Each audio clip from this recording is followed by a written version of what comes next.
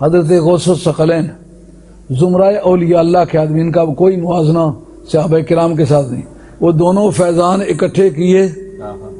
اب یہ پہلے کا نام ہے ربیع الاول، اس دوسرے کا نام ہے ربیع الثانی۔ اصل قاعدے کے مطابق الربیع الاول ہے، الربیع الثانی ہے، کیونکہ یہ نعت بحال ہی ہے، نعت بحال ہی یعنی ایڈجیکٹائیول کلاس۔ انگریزی تو بیچاری غریب زبان ہے نا، لیکن عربی میں پوری تفصیلات اس کے اندر موجود ہیں۔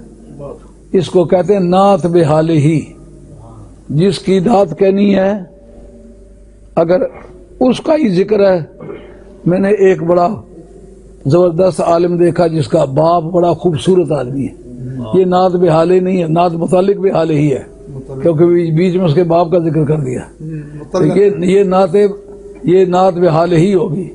10 چیزوں میں مطابق ضروری ہوتی ہے: افراد، تثنیہ، جمع، تذکیر، تانیث اور رفع، نصب، جر۔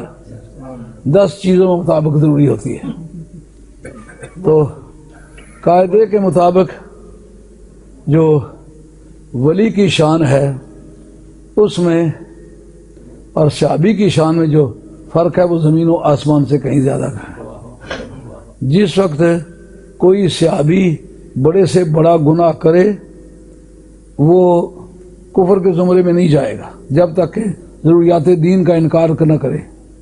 تو جب تک وہ صحابی رہے گا اس وقت تک کوئی ولی اس کے برابر کا نہیں ہو سکتا۔ تو الربیع الاول کی توجیہ شرح ابن عقیل نے مقدمے کے اندر ذکر کیا۔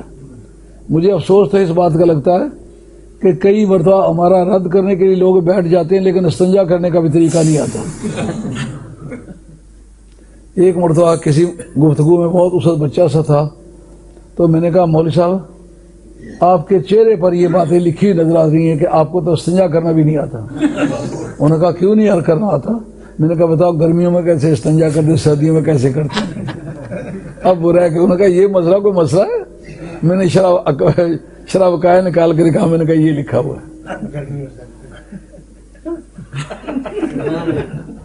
کورس کی کتابیں ہی نہ پڑھی ہوں، قاعدے ہی نہ پتہ ہوں، ہماری تقاریر آپ کو اچھی لگی ہوگی یا بری لگی ہوگی لیکن اول سے آخر تک دلائل اور مسائل اس کے اندر موجود ہیں کہ نہیں؟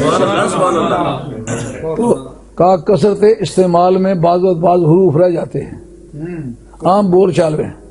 ارے چاسیدہ آیا سا، مالال آیا سا، اصل میں چاسیدہ جتیا کہ وہ چچا سیدہ ہے، معمول آل ہے، لیکن کثرت استعمال میں چاچے کو چا کہہ دیا، ماموں کو ماں کہہ دیا۔ عرب بھی انسان ہے نا، ان کی بول چال میں بھی اس طرح کی باتیں آئی ہیں۔ الربیع الاول کثرت استعمال میں ال رہ گیا ہے۔ الربیع الاول میں نے پہلی بہار، الربیع الثانی میں نے دوسری بہار، یعنی پہلی بہار نبوت کی ہے اور دوسری جو ہے وہ ولایت کی بہار ہے۔